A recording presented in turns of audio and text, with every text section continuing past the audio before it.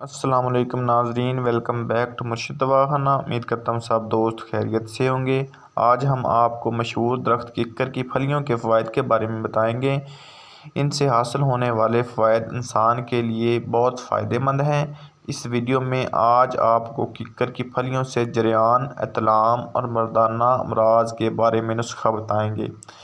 पहले कुछ बात इसकी पहचान की कर लेते हैं। इसको अरबी में सुन्नत, पंजाबी और हिंदी में किक्कर, उर्दू में बकौल और इंग्लिश में एक्शिया कैरेट कहते हैं। किक्कर एक मशहूर खारदार दरख्त है जिसकी लंबाई 25 से 30 फुट होती है। कांटे सफ़ेद 1 से 3 इंच सुई की तरह नोकदार होते हैं। छाल अंदर से सुर्ख रंग की होती है। छोटे बड़े लिहाज से ये दरख्त दो किस्म के होते हैं। किक्कर बरसगीर में पाया जाता है। अगर इसके मजाज की बात करें तो इसका मजाज सर्द खुश्क दर्जा दोम होता है। किक्कर का दरख्त बहुत शफा बख्श और तबी फ़वाइद का हामिल है। इसके पत्ते, छाल, फली और गूंद सभी में तबी अफादियत पाई जाती है। आखिर में आज नुस्खा बताएंगे। आपने सिर्फ 4-5 चीज़ें लेनी हैं जो किसी अच्छे पंसार स्टोर से रायत के साथ मिल जाएंगी।